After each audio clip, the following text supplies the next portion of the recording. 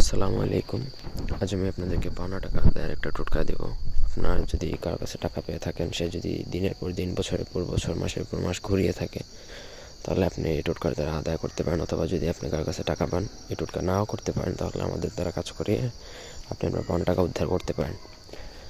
তো প্রথম থেকে পুরো ভিডিওটা না টেনে শেষ পর্যন্ত দেখুন। আমার চ্যানেলটা সাবস্ক্রাইব করবেন, লাইক কমেন্ট শেয়ার করবেন। ব্যক্তিগত যে কোনো প্রয়োজন বা যে কোনো কাজের জন্য স্ক্রিনে দেওয়া নম্বরে সরাসরি ফোনে বা হোয়াটসঅ্যাপে যোগাযোগ করে যে কোনো কাজ করাতে পারবেন, দেশে অথবা দেশের বাইরে থেকে। তো স্ক্রিনে যেই টোটকাটা দেখতে পাচ্ছেন, এটার জন্য প্রথমত আপনাকে একটা রূপার বাটি তৈরি করতে হবে। রূপার বাটিতেই ভালো কাজ করে এটা। তো রূপার বাটিতে আপনার একটা রূপার কয়েন বানাবেন। রূপার দোকানে গেলে বা স্বর্ণকারের দোকানে গেলে রূপার কয়েন পাবেন। সেই কয়েন ওই রূপার বাটিতে রাখবেন। তারপর তার মধ্যে দুধ ঢালবেন। ওই বাটির মধ্যে দুধ ঢালবেন, দুধের মধ্যে কয়েনটা ঢাললেন, পুরোটাই হচ্ছে রূপা।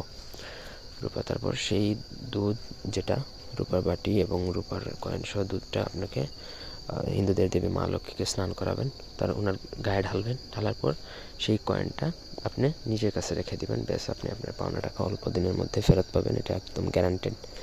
এই টোটকা জীবনে মিস্টেক করবে না যদি আপনি প্রপার ওয়েতে কাজ করেন। তবে এটা অনেকে করতে পারবে না, কারণ হচ্ছে এখানে হিন্দুদের দেবীকে স্নান করানো, সেটা মুসলিম কেউ করতে চাইবে না বা করতে পারবে না। আবার অন্য ধর্মের কেউ চাইলেও এটা করতে চাইবে না বা করতে পারবেও না। তো অন্য টোটকা চাইলে আমার থেকে নিতে পারেন, আমি কাজ করে দেবো। আর এটা চাইলে আপনারা করতে পারেন। ধন্যবাদ।